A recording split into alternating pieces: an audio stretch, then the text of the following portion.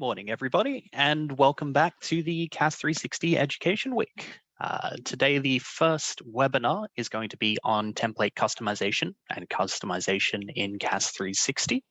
My name is Daniel Pham. I'm a member of the training and documentation team here at BGL, and I'll be running the session for today. Very quickly, before we begin, we'll just start with some housekeeping matters. Firstly, as you might know, this is a part of the CAS 360 Education Week. We do have a number of webinars happening over the next couple of days, and you can register for those. They're absolutely free if you wish to do so. I'll put a link in the chat right now in Zoom if you were looking to register for some other webinars. So you can feel free to go and do that if you'd like. Another note is that all these webinars are recorded and available to view on the CAS community, as well as on BGL's YouTube channel, which is BGL Corporate Solutions. So if you do miss one of these webinars, you can go to BGL's YouTube channel, review it in your own time, as well as these PowerPoint slides will be available alongside the videos themselves. Next note is that all viewers are currently on listen-only mode. However, if you do have any questions during the session, feel free to use the Q&A feature. I'm joined by a number of my colleagues today, some from the training and documentation team as well as some people actually from the CAS 360 product team. They've actually given up some time out of their day to come help out and answer some questions. So thank you very much for that. If you do have any questions, feel free to ask during the session. And that's everything to do with housekeeping. So let's get into what today's webinar is on. So the agenda for today is, firstly, we'll start off by running through the CAS 360 Dictionary. That is the articles that are on the Knowledge Center that give you all the information you need to customize your documents and emails. Next up, we'll be discussing document templates, how to get those created, changed, and uploaded back into CAS 360, and how to use those when preparing forms. We'll actually run through an example today as well. Next up will be the document labels. That's just an easier way of managing these document templates and having them applied when you're preparing the forms. Then we'll be looking at the email templates, which is very similar to document templates, just to do with how the email is sent out to your clients. And finally, we'll look at the email settings. We'll look at what settings are available to do with the emails and how they're sent out to clients. And we'll just have a quick run through on that screen there. So that's the agenda for today. Let's get right into it. So first up is the CAS 360 Dictionary. As I mentioned, this is a number of articles that include the dictionary codes for customizing documents and emails. This is updated regularly when we do actually release new documents and emails that are appropriate, and they're all held on the Knowledge Center. So I'm actually just going to show you what that looks like right now. We'll just jump over to a web browser. So I'll just open up the Knowledge Center here. And as you can see, one of the first links is the CAS 360 Dictionary. If we click there, it gives us a list of some of the most common options here. Otherwise, you can actually search for the document or email template that you were looking for just by searching through the articles. Today, we'll be running through a share certificate. So I'll search for a share certificate here, and you can see it comes up with the CAS 360 Dictionary codes. All of these articles are structured in the same way. They do have a description. They have the code field, which is the code you'd actually enter into the template, as well as they describe where this information is stored. So effectively, these codes, they grab information that you've entered into CAS 360 and input it into the document itself. So as you can see, there's a large variety of different codes, and they can be similar across documents and emails. There are some that are very specific towards documents, as well as there are some codes which are very similar. As you might see here, we have some for addresses, which are just a little bit different. One has all caps, one has proper case, and this just gives you a little bit more customization in terms of creating your templates. The final section down the bottom here is actually the date formats. So any document or email that includes a date, you have a bit more customization over that as well as they do have examples as to if you were to input these codes, what they would look like when you generate those documents or emails. And that's just a rundown of the CAS 360 dictionary. There is a link right here. Otherwise, you can just search up Knowledge Center CAS 360 in Google, and that'll come up as one of the first links. So let's get into the document templates. Very simply put, to access the document templates, you go to CAS 360, go into the settings, and then select document templates. From there, you'll download the master template. You can edit this, so you open it up as a Word document, edit that particular document, and then re-upload that document to CAS 360. Then, when you actually prepare the documents, you can select this template and choose that template to generate the form, or the document, I should say. So let's have a closer look as to what that looks like in CAS 360. Jump back over to the browser here. So we're just in CAS 360 here, and we're going to select Settings on the left side and go to Document Templates. This here is the document template screen. On the left side, you'll see a number of different documents. You'll be able to select your jurisdiction and be able to scroll down and select the document you want to customize. We also have the search bar up here, and we're just going to search for Share Certificate. So this Share Certificate, what we're going to do, we have the master or the default template here. We're going to download this and customize it. So we'll select Options on the right side and select Download. That will download the Share Certificate here, which then we can open up as a Word document. Very quickly, just jumping back to the PowerPoint, I've got an example of what we're going to do to this template. So on the left side, we have an example of the base format or the default format for a Share Certificate. And on the right side, you'll see I've highlighted a number of changes that we're going to make. So for instance, up the top, we've increased the size of the company's name. We've input an image into the top right, and we've changed with some of the formatting of the dates, the address, as well as done a bit of alignment changes. So those are just a few things that can give you ideas of what you can do to document templates. And I'll just run through how we can make those changes now. So I'll just grab the document that we just opened, the Share Certificate here, and we'll open it up on the left side of the screen. You do need to click Enable Editing so that you can edit that Word document. And as you can see, it's showing with a number of these codes, or what we call merge fields. Again, these grab information from CAS 360 and put it into the document when you generate these documents. This is generally what you'll see when you download a template. There'll be a number of these here, and this is where you do most of your work in customizing the template. So let's get started. What I'm going to do as well is I will get to the Knowledge Center article. I've actually opened up that window previously on the right side here. And we have the Share Certificate dictionary codes on the right side. So effectively, we can take any of the codes we want and set them on the left side. First thing we're going to do is just a couple of formatting changes. So all we need to do here is just increase the size of the text of the company name. That's going to be our first change. We can simply select that particular code and just increase the size. There's no fancy things that you need to do when dealing with formatting. It's just simply managing it like you would a Word document. In that same vein, we can add an image into this document as well. So we'll just set Insert Image from this device, and I've got an image pre-prepared. I'm just going to format this and place this into the corner.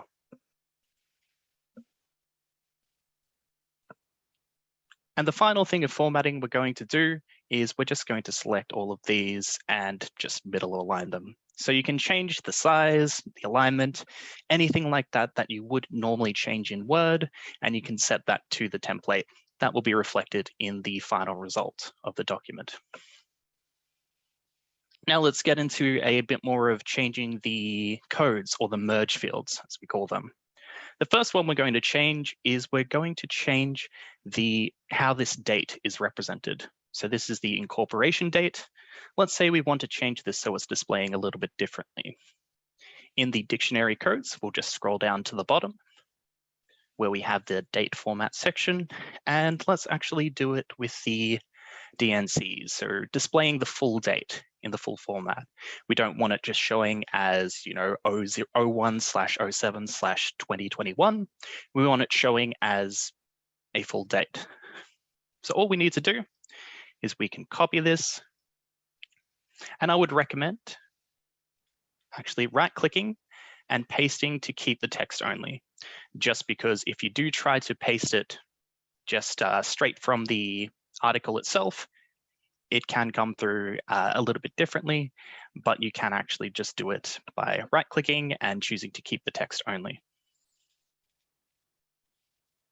We'll do that, and we'll move the special bracket to the other side of the date, just so it's matching exactly what it looks like in the article here. Now, please note that in these merge fields, we're actually using these special brackets. If you use a normal bracket, like this one here, it's actually not going to work and is going to cause issues with that particular template. So just make sure you're using those special brackets, especially if you're inputting these codes manually. So that's going to change the date there, and that one's all done. Next change we're going to make is we're going to change the company registered address and make that display over multiple lines. So going back to these codes on the right side, we have a number of different ones to do with the address. We're going to choose this one, which is the address in multiple lines, proper case, and no commas. Very simply, again, we can select this code and copy it and just delete this particular code. Right-click and keep text only.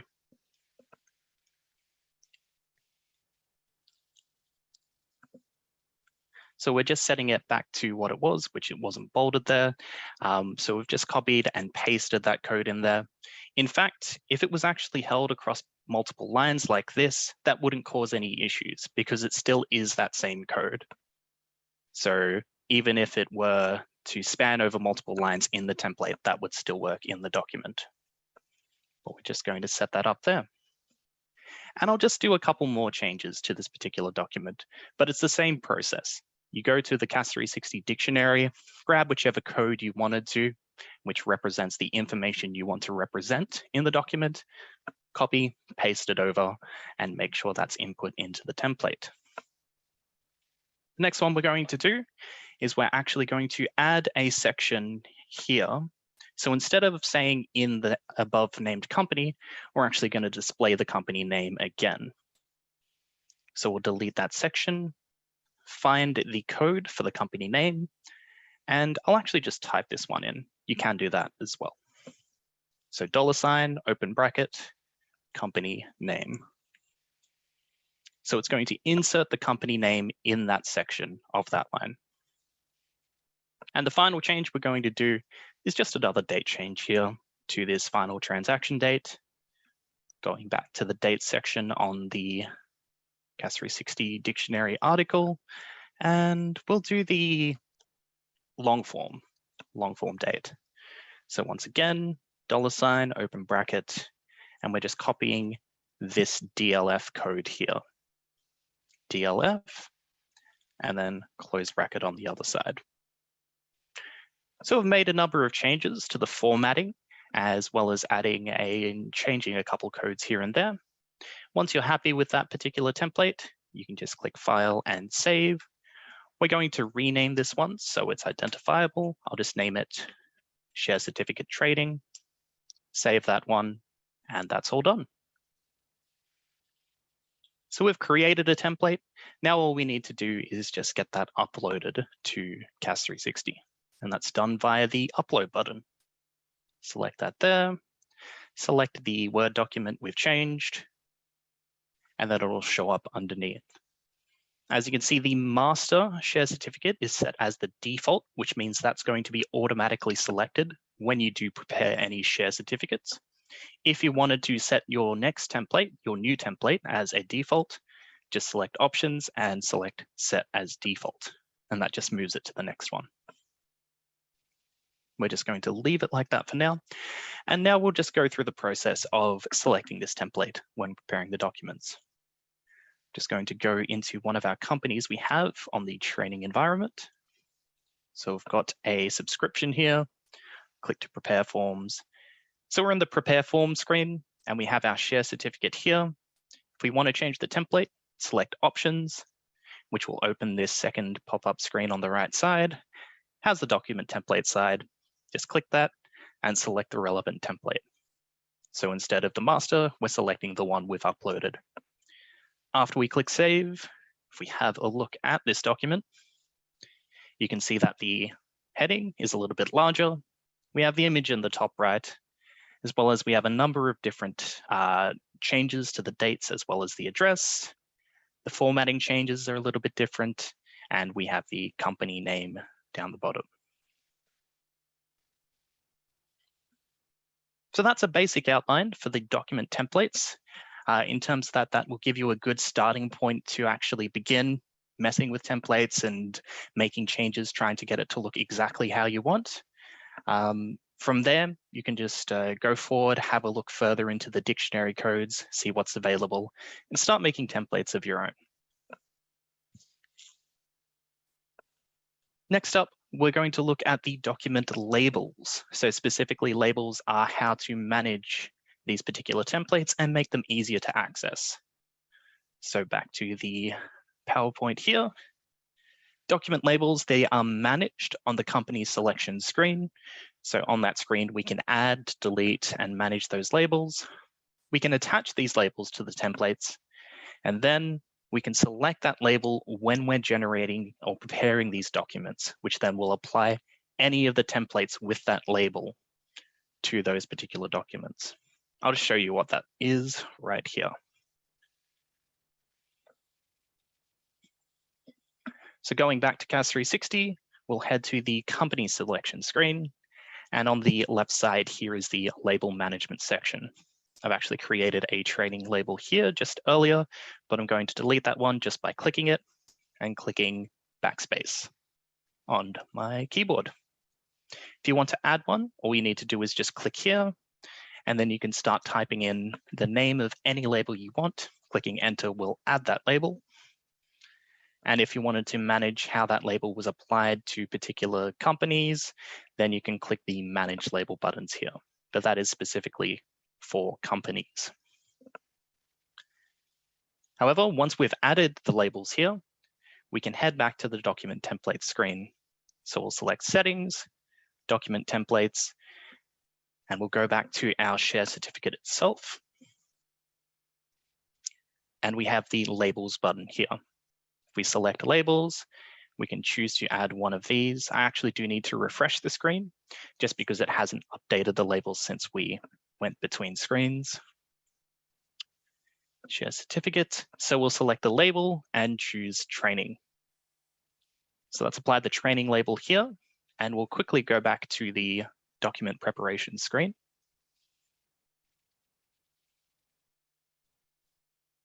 So after we've added the label, you can see for the share certificate, it still has the master share certificate selected. If you go up the top right where it says document template and change that to the label of training, it automatically changes that document to the template we uploaded. So you can apply that document label to multiple different templates. For instance, if you had a template for the allotment journals, templates for any of these other documents, then you can simply select that particular label and it will choose those templates you've already set up. That way you can easily set up labels for different companies. And if it's for company A, you can select label A, company B, select label B. That way it is uniform over all the documents you're preparing for that company. So that's document labels. Next up, we're going to be looking at email templates. Email templates are very similar to document templates, so we'll run through that very quickly.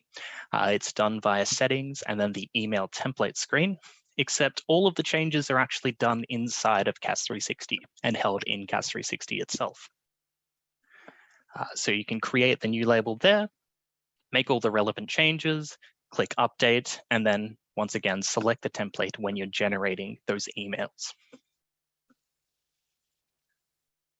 Going back to CAS 360, settings on the left side and selecting email templates. Once again, exact same setup. On the left side, you can select those various emails, as well as selecting your jurisdiction. Today, we're just going to go for the company debt reminders. We do have a question in the Q&A section here from Daniela. Thank you very much for that. You can't actually add labels to the email templates just because when you do set the email templates, you're only sending one email across. So it's not as if you can send multiple emails and send a company debt reminder along with another email at the same time. That way, the email templates are only once per and don't have labels assigned to them.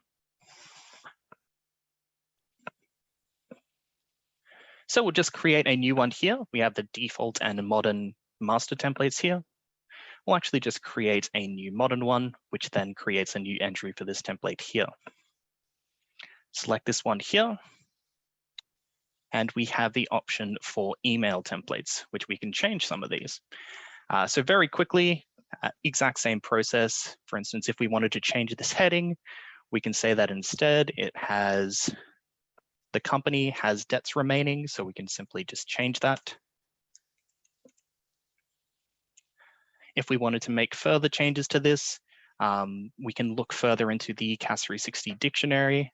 I'll just show you what that one looks like as well. So this here is the company debt reminder dictionary article. It's a little bit different. It's got some other codes that you can possibly use here, such as the client's first name, which includes the middle name as well, any client emails, different references, company labels, a bunch of different things as well, which you could look into in your own time through the dictionary. So I'll just make a couple more changes. We'll change the client to client first name. We have the company name and an asset balance. Let's say we wanted to enter another line saying that there was future fees. So we can say the company has future debt of, and I'm just going to copy this across from the article here. So we just have a code for future debt. And we'll just make sure that's formatted properly. And you can change anything around here. I don't believe you can change the pay now section. We did have a question about that. So this one is actually currently locked and in place there. And in terms of this, you can make any other changes you might need to the email templates. After you're happy with the changes that you've made, you can just click Update on the bottom right-hand side. That will save the email template, and we'll just go and generate that one very quickly because it's a very similar process to the document templates themselves. So we'll just choose to send this company debt reminder. And here is where you select the email template. It's just before you click send on this particular template, this email here. We can select this one and select the template we've set up previously. So we've selected that template, click send. It'll give you a short preview of the template here. And as you can see, it's the different title at the top that we've set up, the section on future debt that we added. And you can make any changes as well to this screen when you're preparing the email. However, if you do make changes to this particular screen here, such as if we were to remove sections, that's not going to affect the template. It's only going to affect this email that you're sending out.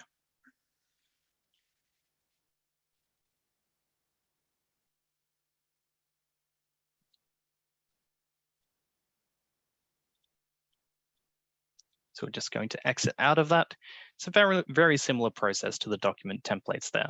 And there's a bunch of customization that you can bring in using the dictionary codes. Next thing we're going to look at is the email settings that we have. So under settings and then email settings, we'll just jump back to the article right here. For the email settings, one of the biggest settings that we have there is the option to use your firm's domain to send emails from CAS 360. This is a one-time purchase of $550, and this is charged to your MyBGL account, but it allows you to set up and so that your emails aren't coming from an email such as noreply@cas360.com.au. You can say it's coming from that specific company. That way it just organizes those emails a little bit more and allows clients to identify those much easier. We'll jump over to that, and that's that top section up here in the email settings screen. You can use the custom emails to send emails, email address to send emails from CAS 360. If you do need more help in your CAS 360 subscription, you can actually just click this here button here to head to that screen. Otherwise, all you need to do is enter that custom email address and click submit, and then we'll reach out and continue with that process there. The other settings that we have here relate to how the email is sent to the client. So we have the option to use the user's full name as the sender name. That one there, specifically, if you send that there, tick this option. For me, it would show up as Daniel Pham, saying that I was the sender's name there. Otherwise, you have the option to toggle that off and enter a sender name in this one here. Next up, we have the option to set who the document is sent from. If you're sending documents for review and getting someone to review that one, you can choose that the reviewer is the one who sends the documents to the clients. Otherwise, you can choose the preparer as well. The last couple of options, very self-explanatory, is to use the username as the reply to address. For instance, if I want them to reply to my email, the email I've used to log into to CAS 360 here, you can toggle that option on. And then if they choose to reply to that email that's sent to them, it'll automatically fill out with my email or the user's email there. You have options for default CC and BCC addresses. And finally, you can choose to CC in the billing contacts when annual review emails are sent for electronic signing. So those are the options available in the email settings screen. If you do have any further questions about any of these options, especially the option to use a custom email address to send emails from CAS 360, you can always reach out to an account manager or someone else here at BGL, and we can provide more information with that. And that brings us to the end of the presentation on customization. Thank you very much, everyone, for coming today to the presentation. Hope you got something out of it. If you did have any further issues with this, let's say you're preparing a template down the line and having some issues with that, feel free to contact us and we'll be able to help you out with that. But in the meantime, we'll just run through these final Q&A questions. We have a bit more time in the session. We'll run through those and that will be the end of the webinar.